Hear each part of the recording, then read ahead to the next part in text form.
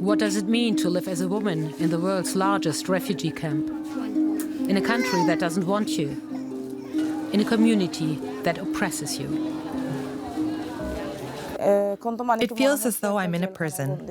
We're not allowed any space, and that makes me angry. In a refugee camp where abductions are commonplace. If they disobey, they will be picked up and beaten. This is a story about women who want to thrive. In a place where their community has nothing. No home, no basic rights, no security.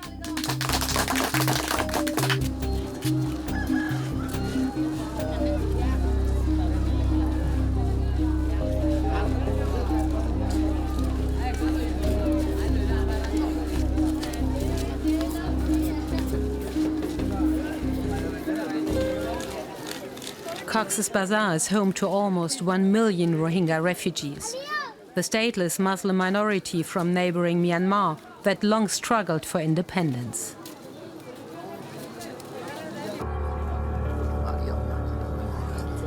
In 2017, the Rohingya fled for their lives, as the army of Buddhist-dominated Myanmar bombed and burned their villages, raping and murdering the inhabitants.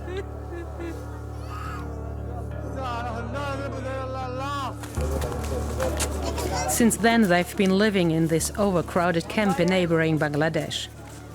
They are not allowed to work or go to a regular school. Bangladesh wants to send them back as soon as possible, but the military regime in Myanmar doesn't want them back.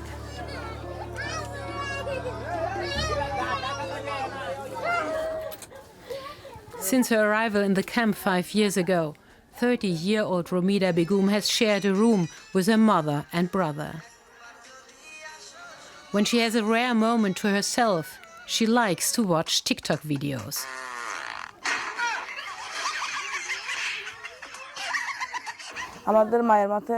In Myanmar, we had a space near our house that was secluded.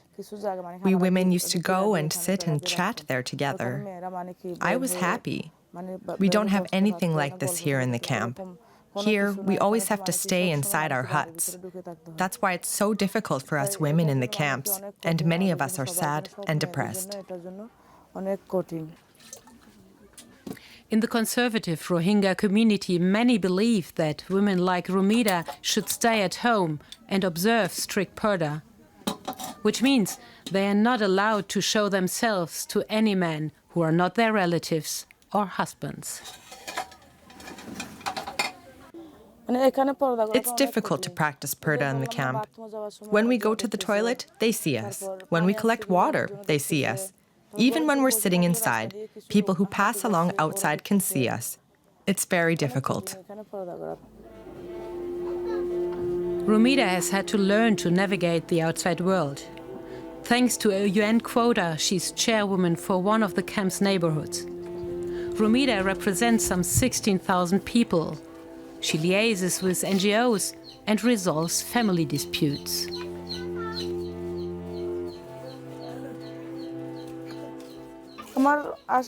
I wanted to make sure that the people in the camp are safe and happy.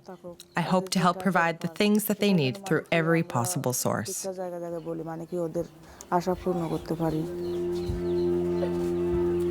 Since she was elected, she's been a target of frequent threats by men who resent her position. But Romita has stood her ground.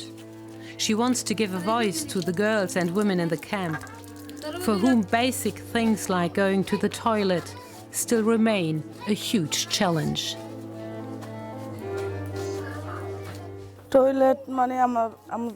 We have only one toilet for all the families around here. Every day we need to stand in line. Young women in particular feel ashamed when they have to wait in line with men. Ashamed and often scared. Even though Romita doesn't want to spell it out in front of the camera, other women explain that toilets in the camp are places where sexual harassment and even rape are commonplace. especially after 5 p.m., when aid workers are no longer allowed in the camps. After that time, the camp is a dangerous place. Domestic violence is prevalent, rape is prevalent, sexual assault is prevalent, child marriage is prevalent, sexual harassment, everything. Dana Paris from Australia has co-founded a learning centre for teenage girls in the camp. Men and boys are not allowed to enter this classroom. This is how Dana and her colleagues are trying to reach the many families who are unwilling to send their adolescent girls to school because of safety concerns, but also because of cultural norms. The girls, you just witness that they start dropping out of the class from 10, 11. You just see them disappear from the learning centre, and everyone knows why, because they started menstruating and now they've been kept at home. So we're trying to catch these disappearing girls.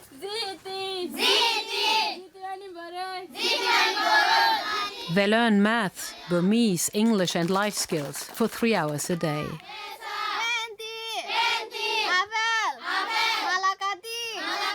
For many of the girls, this is the first education they ever had.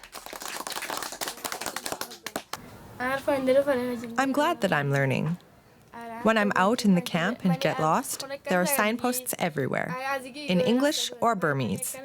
If I can read them, I can find my way back home. If I manage to get enough education, I'd like to become a teacher or a doctor, but that might not be possible.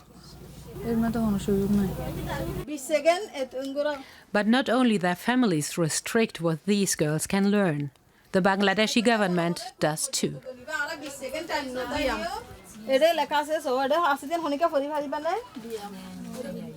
Rohingya children are only allowed to get a basic education. The classes in the camp have to follow the curriculum of Myanmar. Teaching Bangla, for instance, is strictly forbidden. Classes do get checked to make sure the curriculum's being followed the way it's approved. So there would be repercussions if it wasn't taught to a T. For example, if Bangla was found inside a book, that would be a problem.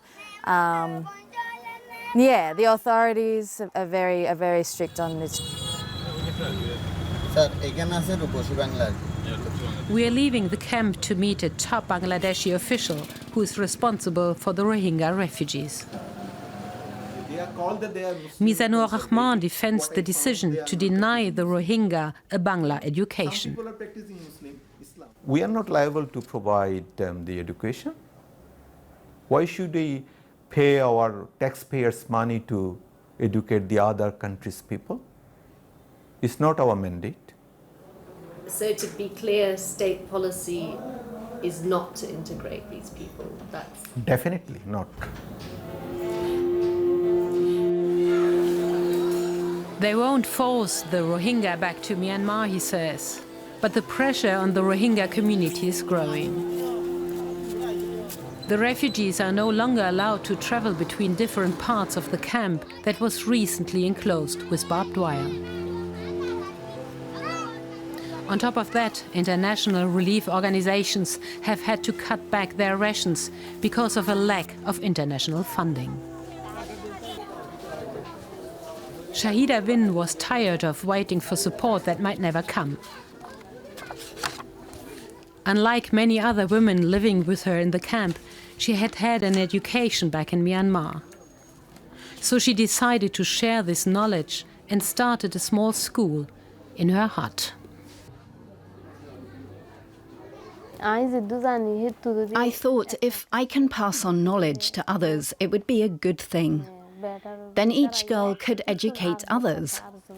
That's why I decided to become a teacher. But I couldn't fulfill my dream.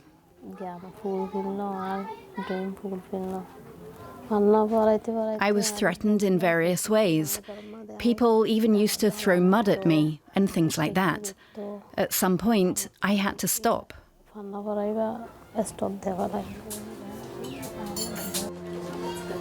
But she wasn't prepared to give up fighting for the rights of women. So she started to write about her life as a woman in the camp.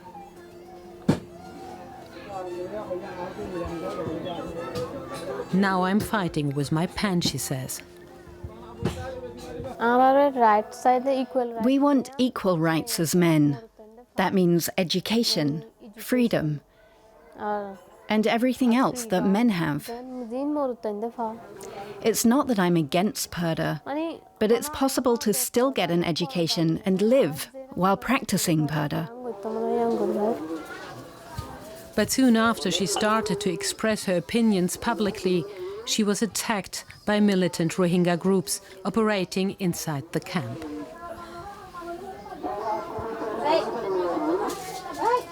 Ever since, she has nightmares and doesn't feel safe anywhere in the camp. She longs to return to Myanmar, but that's not an option either. If I went back, they'd throw me straight into jail.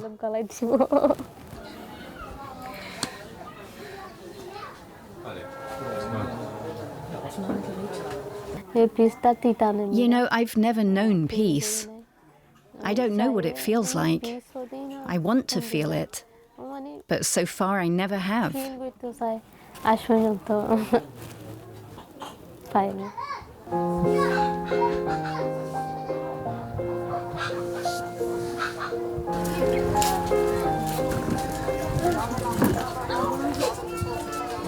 Chairwoman Romita Bum is also aware of the danger she is in all the time. Today, she has a meeting with women from her neighborhood. She organizes regular get-togethers to share news and to answer any questions. If we have any problems, she solves them and gives us peace of mind.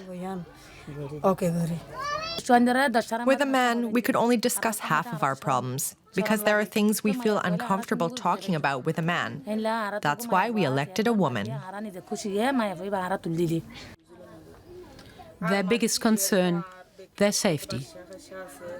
They feel that police don't protect them enough. Abductions and extortion are rampant. One woman's son has been kidnapped for the second time. They called us and said we would get him back if we paid 2,000 euros. If not, they will kill him. I borrowed money from various people and sent it to them. Who are they? I don't know. It's an open secret that militant Rohingya groups are behind the kidnappings, but the women are too scared to even whisper their name.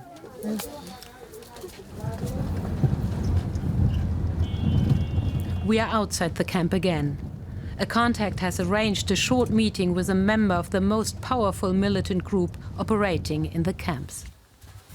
This man belongs to the Arakan Rohingya Salvation Army. In Myanmar, the group has been fighting for self-determination. But now they are terrorizing their own people, acting like the moral police.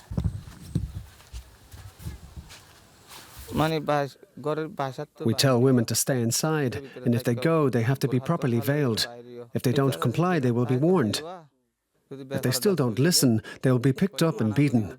Sometimes their husbands as well. It's not about killing them, but about giving them a lesson. We restrain them and beat them.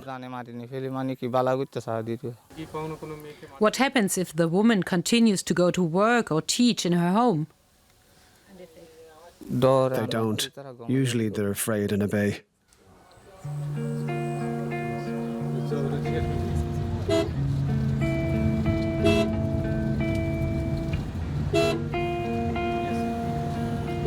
The intimidation tactics are working also on Romita.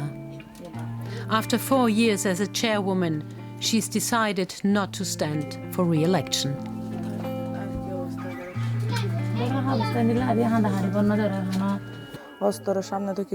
No one wants to put themselves in front of a gun. If something bad happens to someone and they complain to them, they could pick me up. And what would I do then?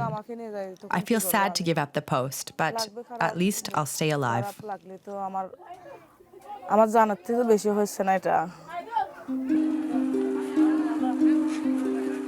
What does it mean to live as a Rohingya woman in the refugee camp?